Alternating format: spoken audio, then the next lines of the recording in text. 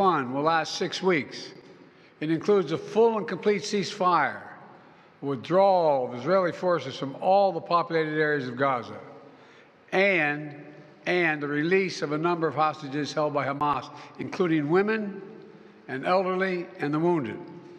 And I'm proud to say Americans will be part of that hostage release in phase one as well. And the Vice President and I cannot wait to welcome them home. In exchange, Israel released hundreds of Palestinian prisoners.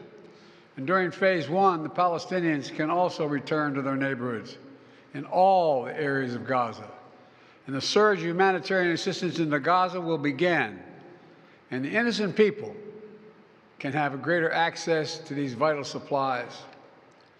You know, during the next 6 weeks, Israel will negotiate the necessary arrangements to get phase two, which is a permanent end of the war. Let me say it again, a permanent end of the war.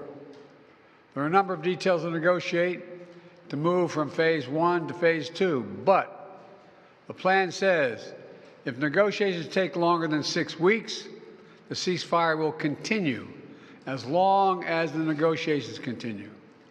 I've spoken to the Emir of Kuwait and the President of Egypt, and we have pledged to make sure the negotiations will keep moving forward for as long as it takes. Then, when phase two begins, there will be an exchange for release of the remaining living hostages, including male soldiers, and all remaining Israeli forces will be withdrawn from Gaza, and the temporary ceasefire will become permanent. And finally, phase three, any final remains of hostages who have been killed will be returned to their families, and a major reconstruction plan for Gaza will begin. This is the ceasefire agreement I introduced last spring. Today, Hamas and Israel have agreed to that ceasefire agreement.